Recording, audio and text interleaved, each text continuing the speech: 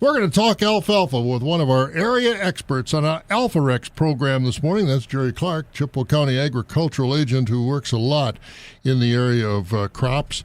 And Jerry, as far as forages are concerned, alfalfa obviously is the queen of the forages and so very important in our area. And we're going to talk about some of the things that go to getting a good alfalfa stand. And of course, one of the things that's most important is this pH. We've got to get that pH up there. Absolutely. What's a good pH number? And dollars are tight right now. Yeah, that's one thing that farmers with input costs right now are always looking to pinch every penny. And however, lime is one that we recommend they not back off on to really get a good alfalfa stand. Alfalfa likes to have that neutral pH, so around that 6.8 at a minimum. Many fields we see in the eastern side of the state where there's no more lime, they don't need lime application. That's always above 7. But in our area where it's very acidic soils, we like to see that pH around 6.8 at a minimum. That really ensures a good germination, good stand count early on, and then for the life of that stand, it'll be productive. So, or the production potential is there. So with pH, we definitely want to see a 6.8, and lime is our best way to get there, some type of liming carbonate type of formulation to neutralize that acid. So soil test is always recommended every 4 years, and then following that lime recommendation is most important with alfalfa. All the other crops that we rotate with alfalfa, we're going to see not as high a pH, so we want to lime to that most restrictive crop, which is going to be alfalfa, meaning we need that pH as high as we can, around that 6.8. Now, so far as that soil test, as you said, we should take every 4 years at least.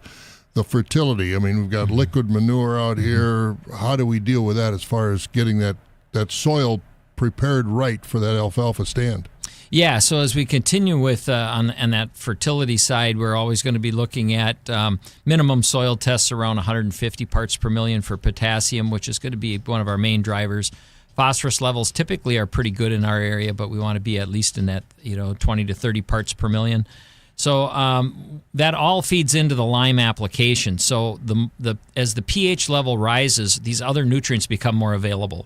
So that even goes along with all the micronutrients. So we know we need boron, sulfur in the soil for alfalfa. So that lime, bringing that lime up to that 6.8, if there's anywhere to maybe save some dollars, is on the actual fertility side with potassium and maybe sulfur, boron.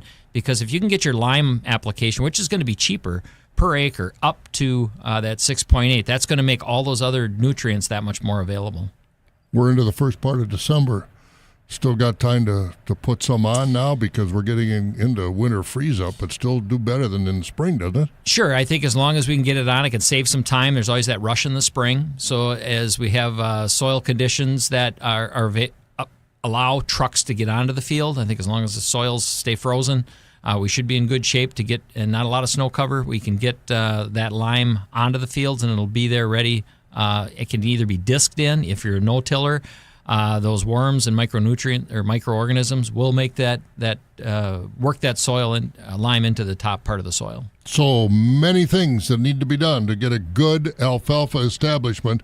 Jerry Clark, one of our experts, talking about it this morning on our WAXX Ask the Expert program.